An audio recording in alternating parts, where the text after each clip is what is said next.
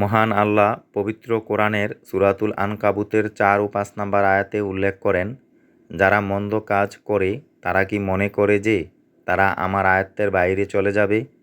কতই না নিকৃষ্ট যা তারা ফয়সালা করে। যে আল্লাহর সাক্ষাৎ কামনা করে সে জেনে রাখুক যে আল্লাহর নির্ধারিত কাল আসবেই। নিশ্চয়ই আল্লাহ সব কিছু শুনেন ও সব কিছু জানেন।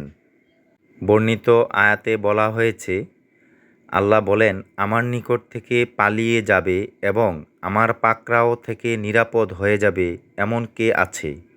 যারা মন্দ কাজ করে তাদের মধ্যে, অর্থাৎ আল্লাহর ব্যাপারে তাদের ধারণা সম্পূর্ণ ভ্রান্ত।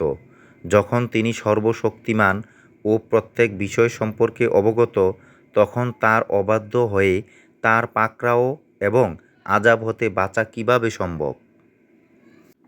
বর্ণিত আয়াত দ্বারা আরও বোঝা যায় যে যারা পরকালে বিশ্বাস করে এবং নেকি ও পুণ্যের আশায় সৎকর্ম সম্পাদন করে, আল্লাহ তাদের আশা পূর্ণ করবেন, তাদেরকে তাদের কর্মের পূর্ণ প্রতিদান দান করবেন। কেননা কিয়ামত অবশ্যই অনুষ্ঠিত হবে, এতে কোনো সন্দেহ নেই, এবং তার ন্যায় বিচার নিঃসন্দেহে প্রতিষ্ঠিত হবে। তিনি বান্দার কথা ও দোয়া শ্রবণকারী এবং গুপ্ত ও প্রকাশ্য সকল কর্ম সম্পর্কে অবগত। তিনি সেই অনুযায়ী ফলাফল অবশ্যই দান করবেন শেষ বিচারের দিনে।